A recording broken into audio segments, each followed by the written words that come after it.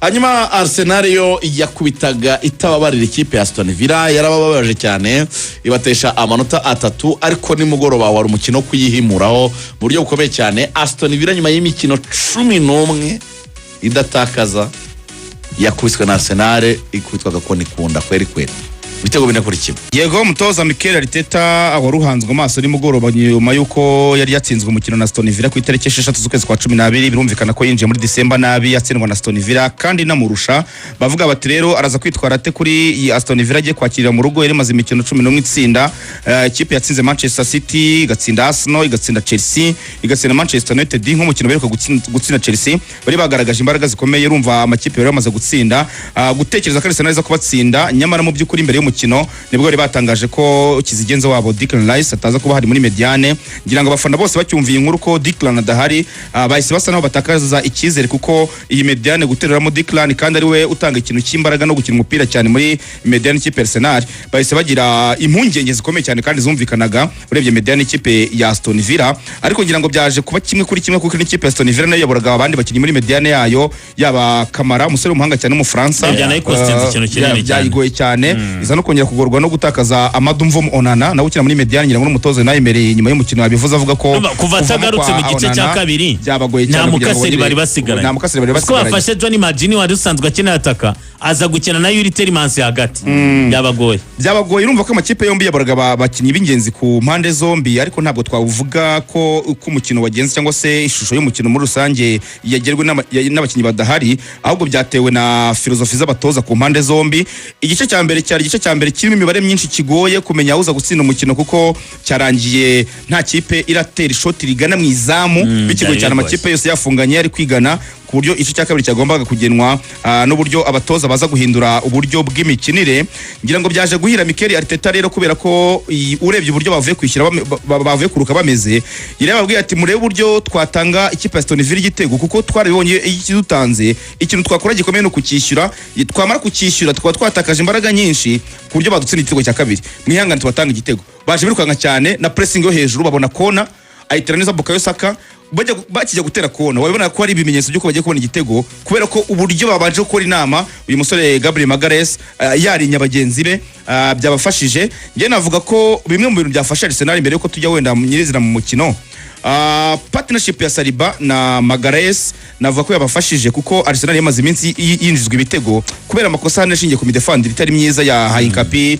rimwe na rimwe bakamushyiraho Timba igihe Muskelera hari ariko Magalhaes na Saliba barabanza ikintu bakora bakugumisha mu mukino handi ugomba gutsindwa igitego bakakirinda kuko Ole Watkins ni kenshi yagomba gutsinda igitego ariko bagakora block neza ku buryo byanze bikunze adakora on target umupira utera hanze niba rero babanje gufasha ikintu cyo kuvuga ngo twarinze izamu ryacu reka none twebwe tujye kugishaka.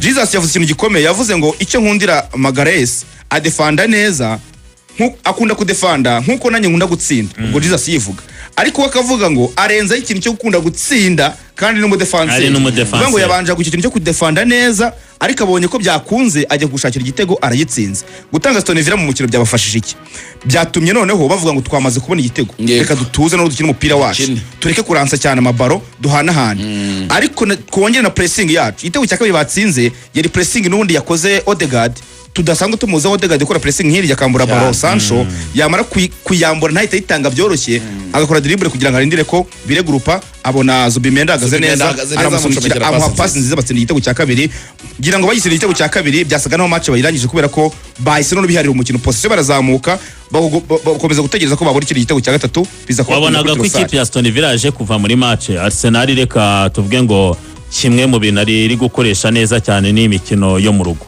Arsenal mu mikino yeruka gukinira mu rugo cyangwa se muri season muri rusange imikino bakiniye mu rugo aho wavuga ngo basitaye ni hamwe naho banganyije na Man City kimwe ku kindi izindi match imwe 2 3 4 5 6 7 8 8 9 match 10 bakiniye mu rugo 9 muri zo barazitsinze indi banganya na Man City yonyine. Arsenal navuga ko iri kugenda ikora kuri sectors zitandukanye muri iyi mikino ya Fazari yari maze kurangira mu mikino 19 batsinze mu match 14 banganye 3 batakaze 2 zonyine binjijemo ibitego 17 binjizwa 12 bafite clean sheet 9 abakinnyi 13 batandukanye byibuze batsindiye Arsenal mu gice kibanza cya champion Irebye rero izo performance bafite mu rugo muri za match nini muri phase retour bafite inyinshi bazazikinira mu rugo kuko bazakira Liverpool mu rugo, bakire Manchester United mu rugo, bakire Chelsea mu rugo na Newcastle, bazasohoka bagiye kwa Tottenham gusa na Man City.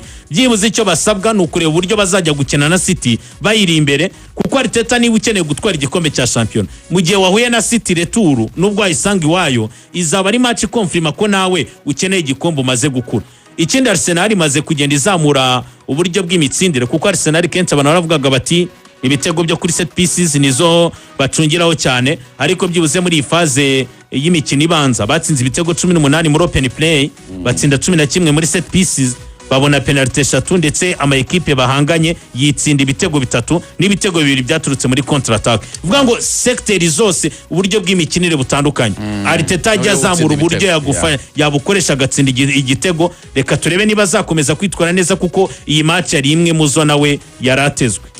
Yego nuko bimeze cyane ikipe ya Arsenal birumvikana ikaba igihagaze ku mwanya wayo wa mbere, birumvikana yakoze deal nziza cyane. Ikipe ya Man City nyine ubwo nayo igomba kuza ibakurikira 45. Man City mu gihe gifite umukino igomba gukina Aston Villa ni ya gatatu, Liverpool, Chelsea, Manchester United ni ya gatandatu. Nuko gahunda zizakina ejo ko wa kane, ejo kuri Bonane izakina na Sunderland kuko nayo yatakaza, ntabwo wamenye uko izagenda kuko Sunderland nayo igiye kubagana ariko nyine Man City nayo ibizi neza ko Arsenal yatsinze byanze bikunze bazaba bafite ibindi bitekerezo byo ku buryo wa gatatu. 2-2. Nottingham Forest yatsinzwe na Everton 2-0.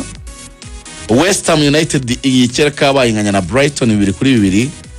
Match ebyiri zo kuganira ni match rega dore kuri iyi match yababaje abakunzi bayo. Manchester United yatsinzwe na Wolves, nako yanganyije na Wolves igitego 1-1. Abantu uyu mukino bawuvuzeho byinshi cyane bitandukanye. Nabonye abapunditi bakomeye cyane bakunda Manchester United bavuga bati mani mushobora kuyibona mukayitekereza ngo iri mu makipe 6 ya mbere, ariko wareba ikintu bita prestation, uburyo bw'imikinire, wareba uburyo ikipe ikina, wareba ishyaka bakoresha, wareba ubwitange buri muri ekipe ukabubura muri Manchester United. Iyi mani muyivugaho iki, mwayibonye gute? Ya nicyo nabonye n'amagambo ya Lisandro Martinez avuga ko bagomba kwiga ya bitaga kwe ko Trafford Manchester United yongerera inota ikipe ya Wolverhampton Wanderers ko yari ifite imikino 2 n'akamanota 2, ariko wareba kubigendanye n'uburyo agaswe ukabona ko bigoye. Uziko Manchester United kimwe mu bintu byagiye bibabaza abantu, Manchester United yagiye gukina n'ikipe ya Bournemouth match 11 yihiritse nta nsinzi nta ninota. Ijya gukina n'ikipe ya West Ham nayo iri muri izo match, yagiye gukina na Wolves haciyeho match nayo nyinshi cyane nta nota nta n'insinzi.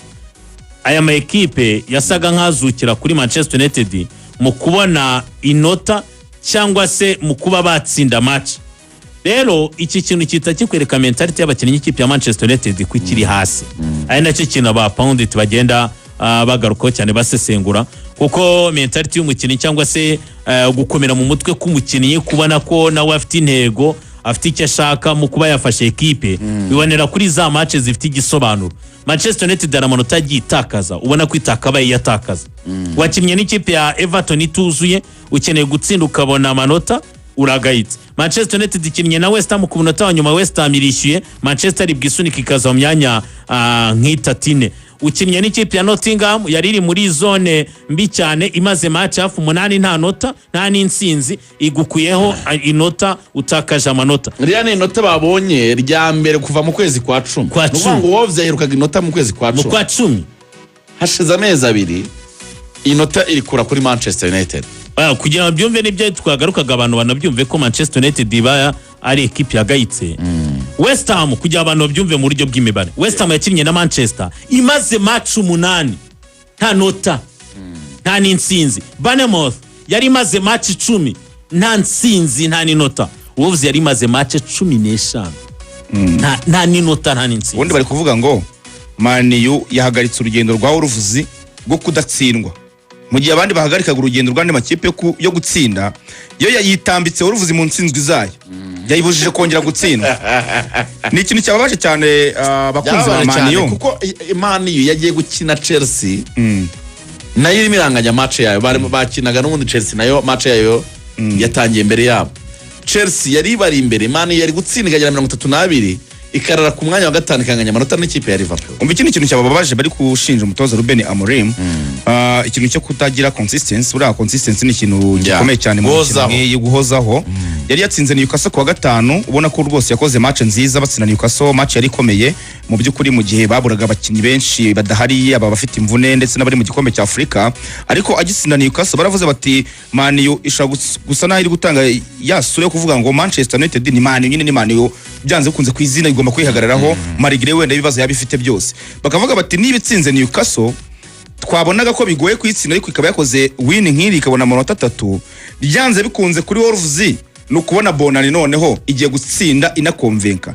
Nyamara ngiye nahoze ndeba match yerutse kubahuza nabwo bari batsinze Wolves bastragoringa murabyibuka biri kuri kimwe.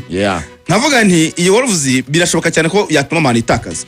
Umutoza Ruben Amorim ngira ngo yabanje agarura ya system irubundi yari yakoresha kuri Newcastle y'aba defenseur bane inyuma. Ngira ngo ni match ya kabiri yari yarinya aba defenseur bane kuva yagira muri Manchester United gushyira Rukisho ibumoso agashyira Diogo Dalot iburyo akanyuma kazana umusore bavanye muri Arsenal yitwa Heaven ndetse na Martinez Lisandro muri defense bari bakoze match nza kuri Newcastle na nimugoro ntacyo babashije gikomeye cyane kuko igitego batsinzwe nago wakibashyiraho. Hanyuma ariko aho yakoreye amakosa nyine nabonye no gushora bataka batatu imbere inyamara adafite umumeneur de jeu wabo ugomba kubagaburira imipira, gushyiramo Joshua Zirkzee na Mateus Cunha na Benjamin Sesko uko ari batatu bose baraza gutegereza ko bazana imipira kugira ngo wenda baze gukonvertisa ibitego. Nyamara bafite Casemiro na Ugarte bombo ko ari babiri na ba Mirele Kiperateur, nta muntu urimo usora umupira neza cyangwa se uza gutanga ayo ma-ass cyangwa se imipira yavamo ibitego muri attaque yabo. Yaje kubikosora mu gice cya kabiri sabona ko yibeshye avanamo Zirkzee azanamo uyu mwana muto wa Fletcher, Joshua Fletcher. Aha niho bibera ikibazo. Naho byase bibi ikibazo kuko uyu mwana ukiri muto uhita umugarukira. Aho niho navuga ngo wenda ubundi ari ikintu garutseho ni nacyo gikomeye. Mentality y'abakinnyi ihindurwa n'umutoza.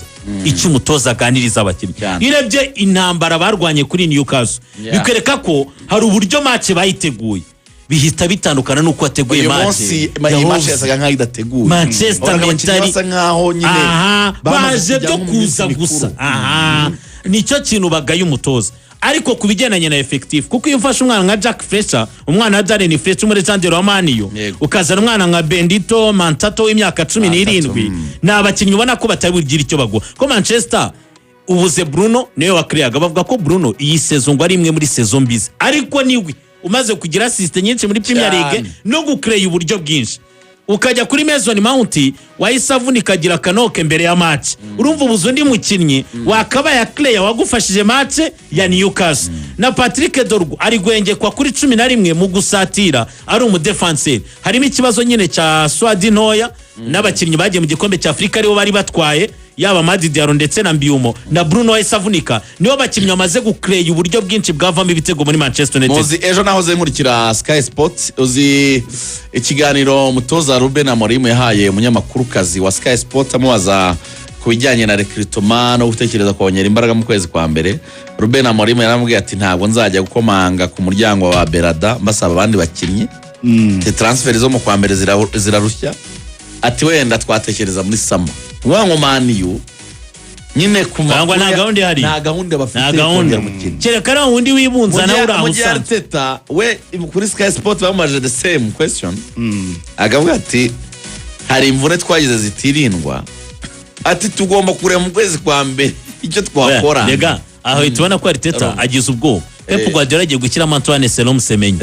Aravuga ati Semenyo nindi nyongera. Usanga ba basore ba Savinho na badoku nabo bandi ba Marimushi. Arteta nakavuga ati ndaryama gusa ntuze. Ahita agira pressure. Gusa kuri Manchester ikintu nabonye Ruben Amorim mu kwa mbere aravuga ati ntiwama Carlos Baleba cyangwa se ngo Elliot Anderson. Muri Mediana afite ikibazo biragaragara. Umutoza arashaka ko amera nk'agumaniye equipe wenda za equipe abakinnyi bavuye muri kane abandi bavuye mu mvune yananiwe abura umusimbo. Ariko urabona babonye umutoza babonye nka Baleba babonye mu ubundi umutoza aravuga ati muri sama n'umweyo abakinnyi tuzasigarana n'imbarwa kurareba Manchester United ninde wakabanjemo ubundi ufite equipe wavuga ko yuzuye uzi ko umutoza yavuze ibintu biteye agahinda yavuze ngo ndareba ikipe yanjye nkabura umuntu wa debloka situation ya 1 versus 1 nyine umuntu umwe kuri umwe ushobora bita 1 contre 1 1 contre 1 ntago ari kwakora ngo muri contre attack usiganye umuntu ngura mucenzo uratsinze uvuga ngo ari n'ukuri muri mediane baguha baro yakira ufite umuntu inyuma yawe uburyo ikontorora mushobora gukora control yantukubura mwera imbiri cyangwa se ukayifunga ukamushyira mu mubiri ukaba umujyana uvuga ngo nta mukinya afite rero wakora icyo kintu uvuga ngo 1 contre 1 umwe kuri umwe ngena mugenzi we uvuga ngo birasaba ko umuntu afunga baro akabanza kareba mugenzi we akayimuha nawe akayimusubiza kugira ngo bimukane baro bayigeze imbere ubwo rero bidafite umukinnyi wakora 1 contre 1 mu by'ukuri babigoye kandi birumvikana abakinnyi afite biragaragara ko nyine haraburamo ikintu cya qualité buryo bageze imipira imbere. Benjamin Sesko ntabwo ari tereka nk'umukinnyi bazanye kugira ngo bafashe gushaka ibitego aracyagowe aragowe cyane mu bikabije ni sinabyita gute nanze ntakoresha terime ziremere ariko ni nk'umuntu ni nk'ikinyurana ngo irakomeye biragoye sinzi terime nakoresha biracyamugoye gufunga baro rekada kuwa mbere kuri baro rekada kuyiteresha umutwe rekada kandi ufite tayi nziza uzi buriya uyu Benjamin Sesko niyacenga Maria ifite probability zo kwimwambura ziba ziri hejuru cyane buriya yagira nk'amahirwe urumva kuza muri Manchester ku muntu nka Benjamin Sesko uri rutayizamu bazakugenderaho niwe bazagenderaho niwe bazarirahingaho ariko au contraire nka buriya ajya muri Arsenal uyu munsi Arsenal ushobora kuba Gyökeres atatsinze nka Trossard agatsinda Bukayo agatsinda Oda agatsinda na Merinari hafi agatsinda nyine abakinnyi mugaragiye bagatsinda ariko bikomera muri Manchester Sesko si kenshi mbyuma azatsinda na ba Madi Diallo na Bruno azagwayo masista ariko ntatsinda uzajya kuri iyo pressure rero yo kuba ari wowe ukeneweho igitego iyo utagitsinda rero nawe ubwawe bigushyira kuri iyo pressure